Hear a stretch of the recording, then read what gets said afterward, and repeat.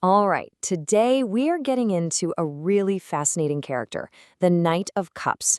This is a card that's all about our deepest emotions and that really tricky, delicate dance between our dreams and what's actually real. So first, let's just meet the guy.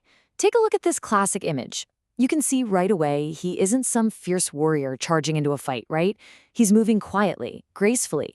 And check out that winged helmet. That's your first big clue that we're about to go on a journey of the imagination. So to really understand his whole story, here's what we're going to explore. We'll look at him as a romantic messenger, what he's actually offering, the really important warning that he brings, and, of course, how you can find a healthy balance with all that powerful emotion he stirs up. So what is it that really makes this knight tick? Well, it's not about logic, and it's not about ambition. Nope.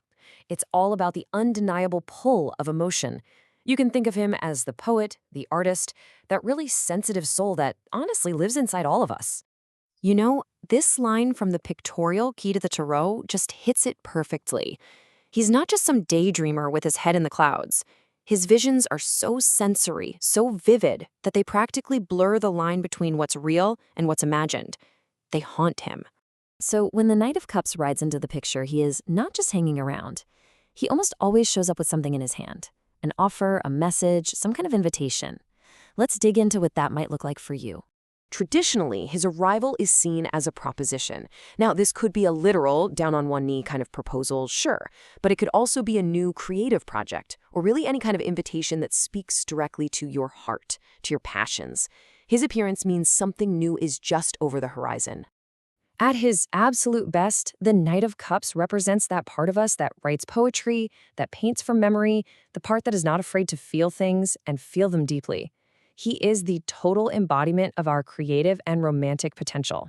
But, and there's always a but, with any energy this powerful, there's a shadow side. That exact same passion that can inspire incredible art and romance, well, it can also lead us down a pretty tough road. This knight brings a very serious warning about getting lost in pure fantasy.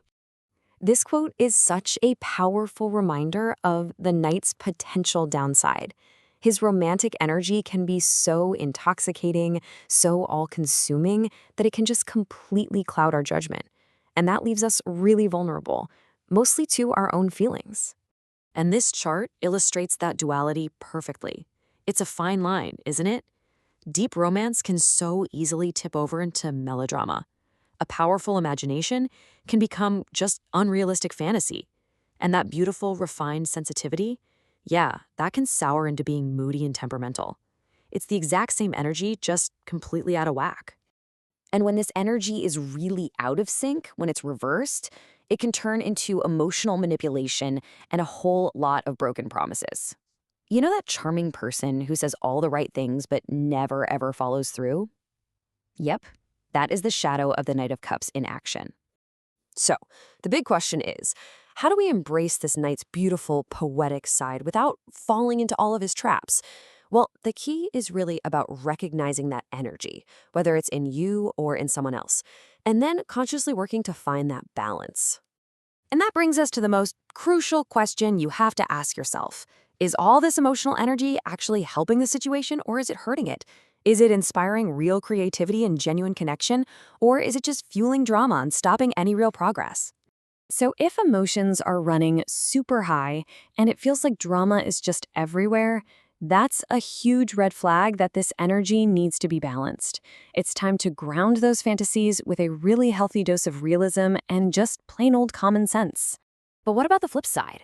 What if your life has become too rigid, too practical, just kind of gray? Well, in that case, the knight is inviting you to lean in. Go ahead, express yourself. Choose the beautiful, extravagant option for once. Take some time to actually connect with your own inner world of dreams and feelings. Ultimately, the Knight of Cups asks us to be the authors of our own emotional stories. So the final question he leaves us with is this: is the story you're writing one of an inspiring vision, or is it just a beautiful illusion? The choice, as always, is yours.